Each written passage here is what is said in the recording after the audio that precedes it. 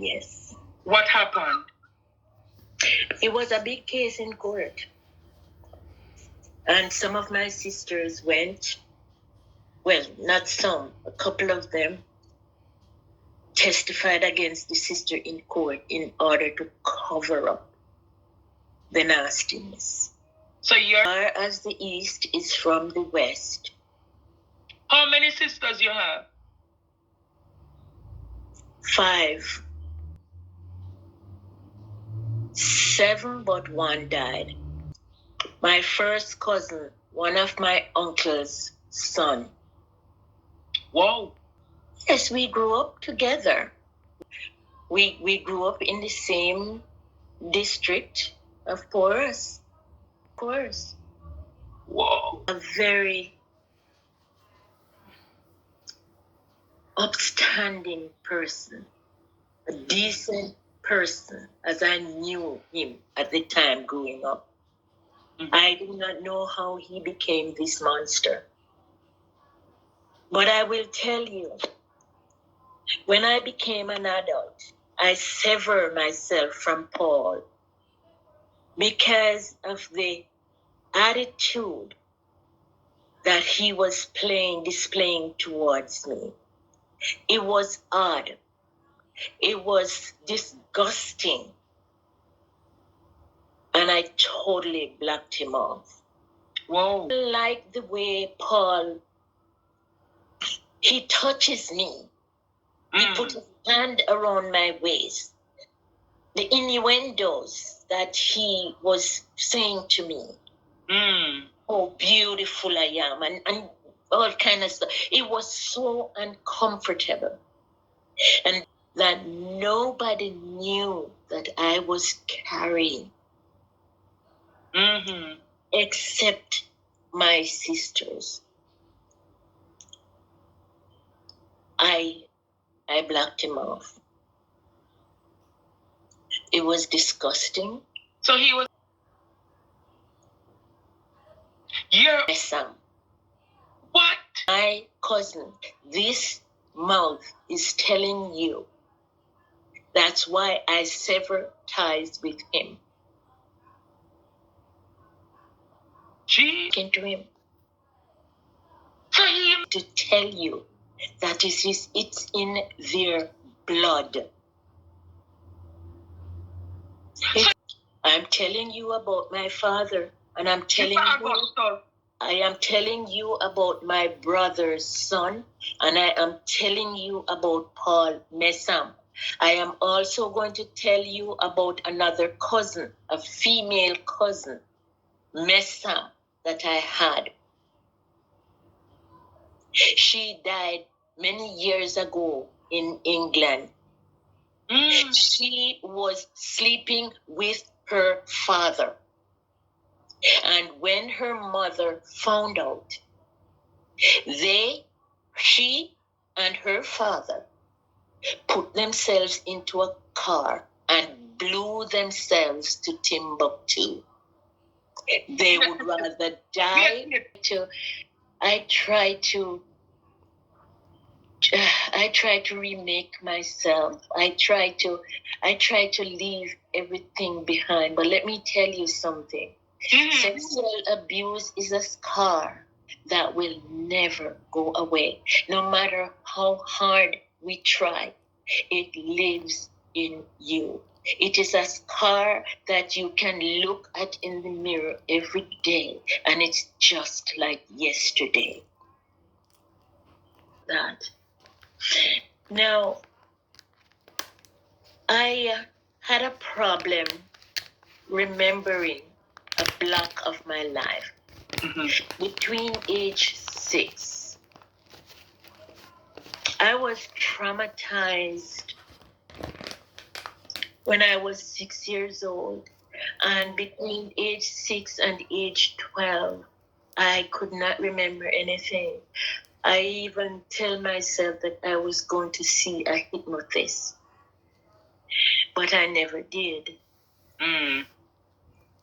I turned myself to God. Yeah. And I never did.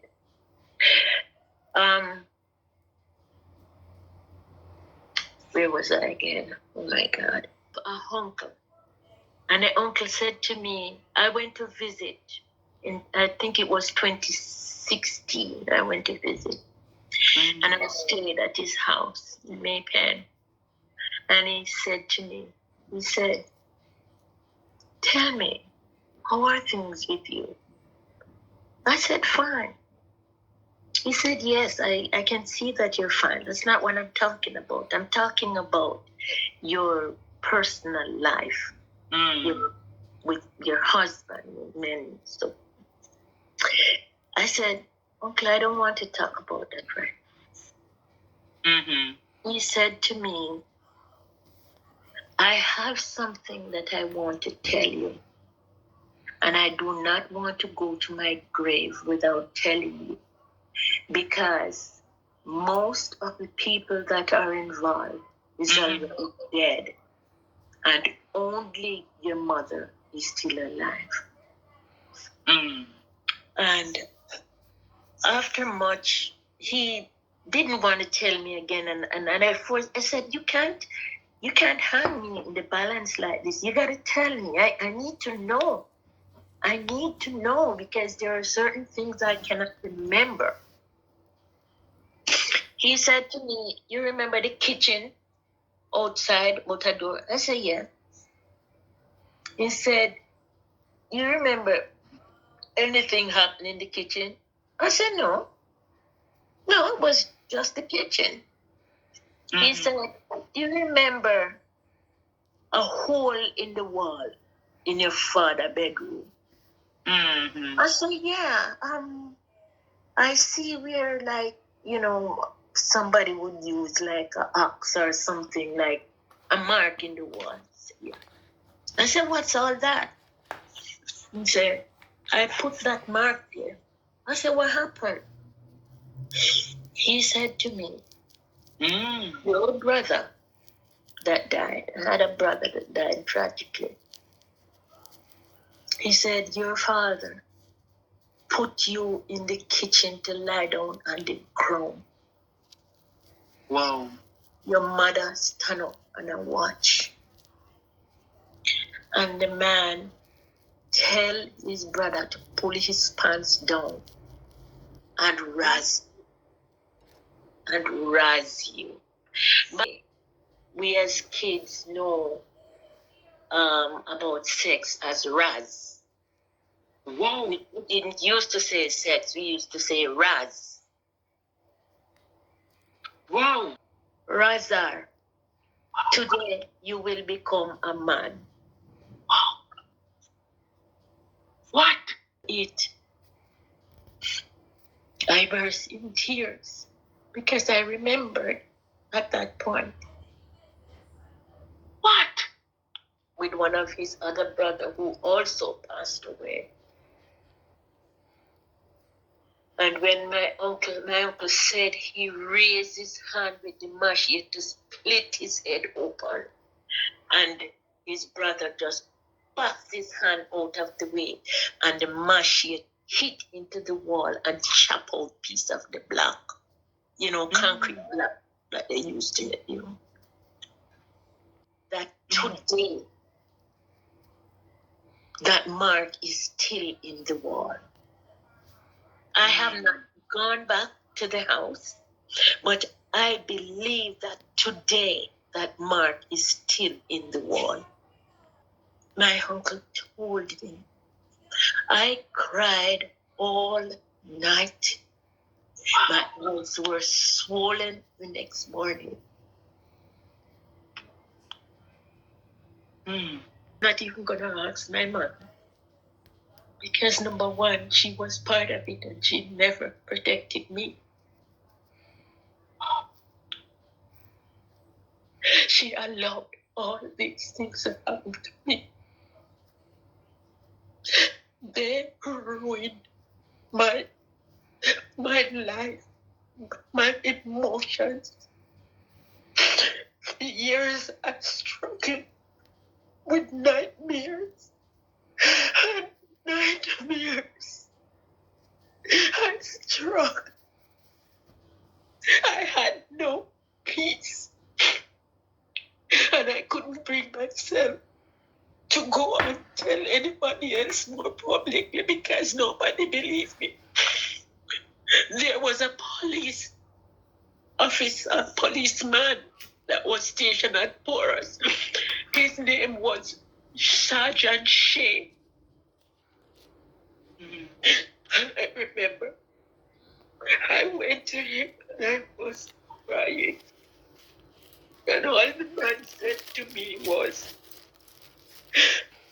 find another family member home and go stay with them. That's what the man said to me. Didn't help me. Because him and Mr. Messam was friends and drink together around bar.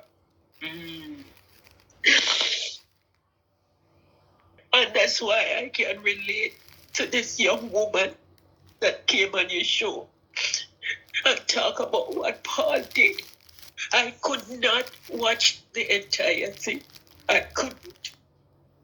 I can't bring myself to watch it all and to hear all the things that Paul did. And I tell you, if Paul is guilty, he should pay for his crime. I have zero tolerance for sexual abuse, and he should pay.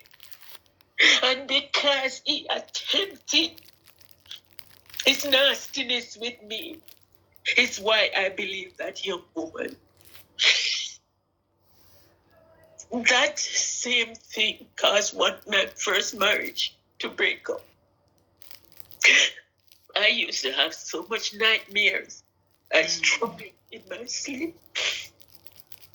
And one night, while I was fighting in my sleep, I inadvertently flashed my hand and burst my husband's lip. Blood run. And I was forced to tell him what was happening to me. And my feet. That my father from me. I couldn't stay with him. I left him and we divorced. I cannot have a good relationship with a man. I'm right now. It's 12 years since I lay head on a pillow with a man. I can't bring myself. I don't want to see a man. I cannot, because I cannot feel any form of trust. I just can't. I don't want to have anything. It is not that I hate men. I do not. I respect respectable men. I honor men. But when it comes to personal relationship, it's hard for me. It's very hard. Right now, I would like to tell him that I am truly disappointed in him. I never knew that he would have walked in the footsteps of my father, his uncle. So did Paul and his... Casually, they weren't very close. Because Paul was a child, he's an adult, so it's just uncle this, uncle that, but not very close. Brothers did not really have very close relationships. I do not know what the problem is with them, but their relationship was more like war against each other. I don't know, but it wasn't anything to write home about. I returned to Jamaica 2 years before he died. And that was 2001. And I decided that I was going to confront him. But before I did that, I wrote him a 7-page letter. Because over the years, I make notes. Yeah. And he got the letter. I was told that every time he opened the letter, take it from his pocket, open it, he reads it, he breaks down, and he cries. Nobody knew what I wrote in the letter. I decided that I was going to confront him. And when I went to Jamaica, and when I went to the house, I had not been to the house for a very, very long time. And because I had vowed, I had taken a oath that I would never go back to that house. Yeah. But I did went back to confront him. And when I looked at him, the man that I had left there some 20 years before was not the same person that I saw in front of me when I went. And my heart melted. And I said, let him be. I greeted him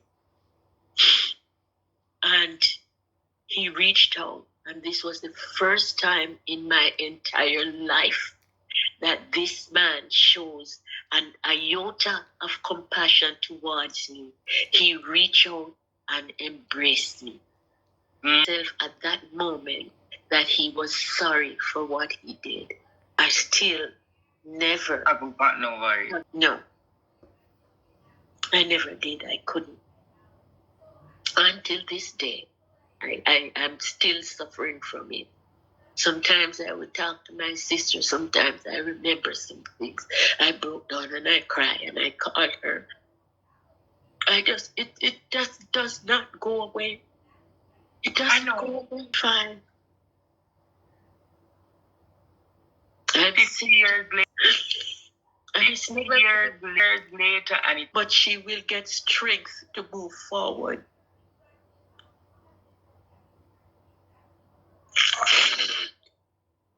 So I am imploring Paul to give himself up to the police. I pity his family because I used to talk to his wife occasionally. So you speak to the wife occasionally? Way back then. Messam? Yes, but when Paul did what he did to me, I never spoke to either of them again.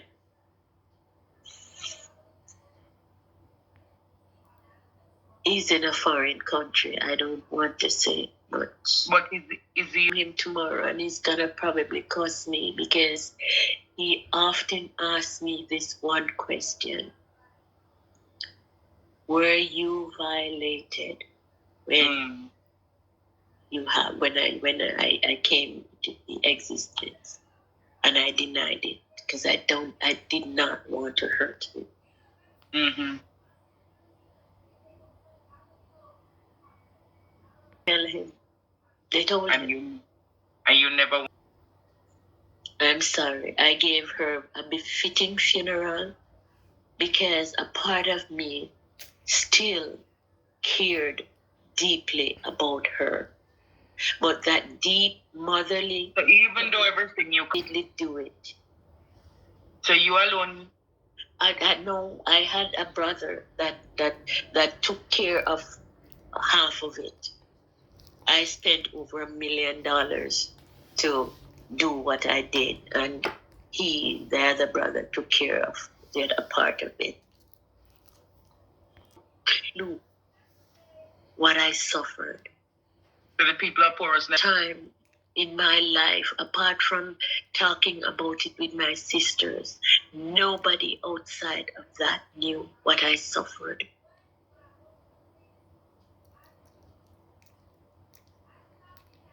I want to tell her I do live what she lived. I lived what she lived, and I feel her pain. And what I did in order to survive and try to live day by day was I lean on the Creator, our God. And that was where I draw strength. And I implore her to read a scripture, Philippians chapter 4, verses 6 and 7. She will gain the strength beyond what is normal to help her to move on. Well, welcome to the National Board of Comments on I'm a Rasta for Life. I did some voice note clips of this story, based on allegedly sexual abuse in this, generational curse it looks like on this family. And as much as we try to say why, she want to come out and speak now, I suppose because of the situation at hand, she feels obligated to tell her story. And in Jamaica, you have a lot of this happening behind closed doors. And ones do not want to pay attention to it. They keep on brushing it under the rug and acting as if it doesn't exist. And then you have these traumatized individuals who have to hold in this trauma for so many years. Look how long she's been holding in this trauma. Look how long.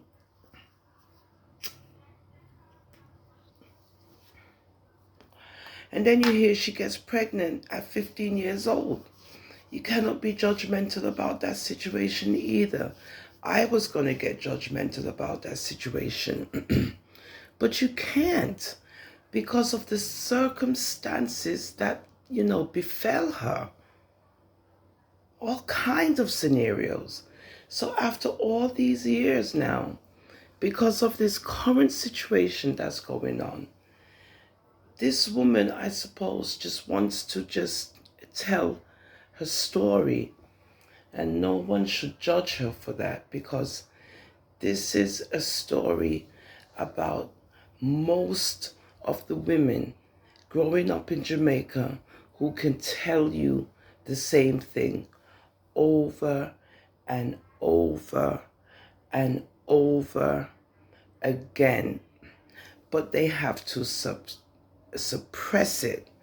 They have to hold it in because they don't want to be judged by their family, their peers, their friends, what have you. And it's dismissed. But the trauma increases.